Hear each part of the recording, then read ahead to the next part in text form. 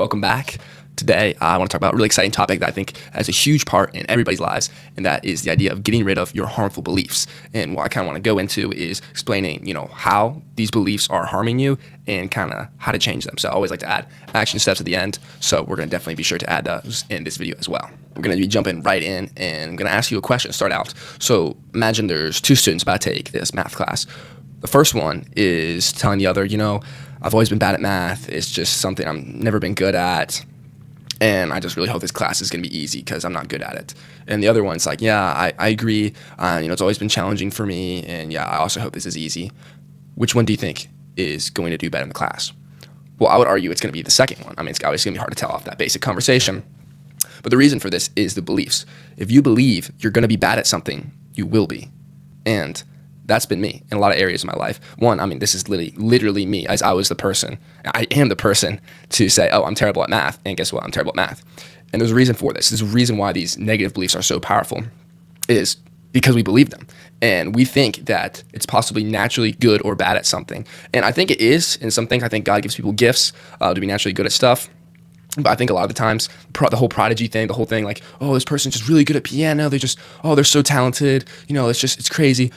Well, they probably worked really hard at it, and when they were a kid, they were playing keys before most of us, learned our ABCs. So I think the whole training behind it is a lot more powerful than being born just naturally gifted at something. And that goes with the negative too. You're not born just naturally. You're just born. As soon as you take that first breath, you suck at math. Like, no. It's just you don't practice, and with not practicing, guess what? You're going to be bad. And then when you're bad, you think, oh, shoot, I am bad at this thing.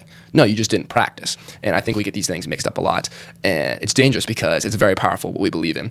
I would argue that most of the things, they only have power because of our beliefs in them.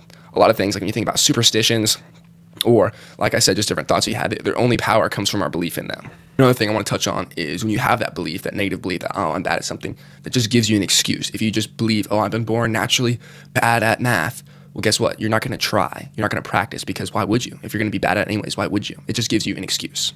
And like I touched on earlier, our belief in things is really the only thing that gives them power. It's the only thing that gives them substance. I don't believe there's such a thing as being a morning person or a night person. I think there's people who, have woken up early in the past and have positive associations around that, and therefore they call themselves morning people.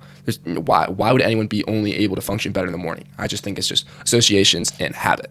There's this famous quote from Ford that says, whether you think you can or think you can't, you're right. And I believe this comes, it's just perfect for this video about, negative beliefs. If you think you can't, if you believe you're not good at something, well, you're not going to be. And it's also vice versa. If you think you're really good at something, then you will be. No, I don't want anyone to just straight up lie and just be like, if you give yourself like affirmations like, oh, I'm good at math, I'm good at math, I'm good at math, I'm good at math, right before a test you haven't studied for, it's not going to do a whole lot. The whole point about this is to change beliefs so you can understand, if I practice this, I will get better. There's no natural, supernatural force that's making you bad at something. It's just your belief that you think you're not good at it, which is causing you to not practice.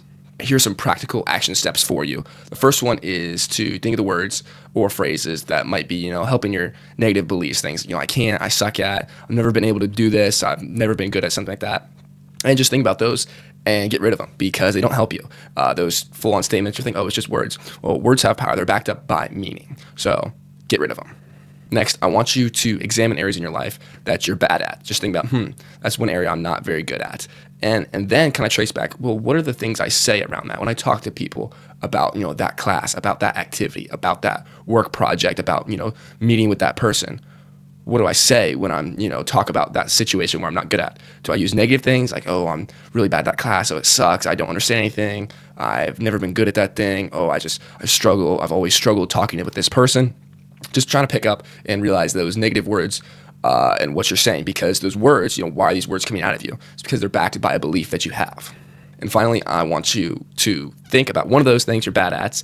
Everyone's got probably at least one, and get rid of those harmful beliefs. You don't have to start practicing and trying to become the best at it, but just get rid of those, those negative connotations you have and those statements you make that are just not helping you. But with me saying all this, I just gave you a bunch of knowledge, but all this knowledge and information is useless unless you do something with it. So follow these action steps, put this knowledge into action, and have a great rest of your day.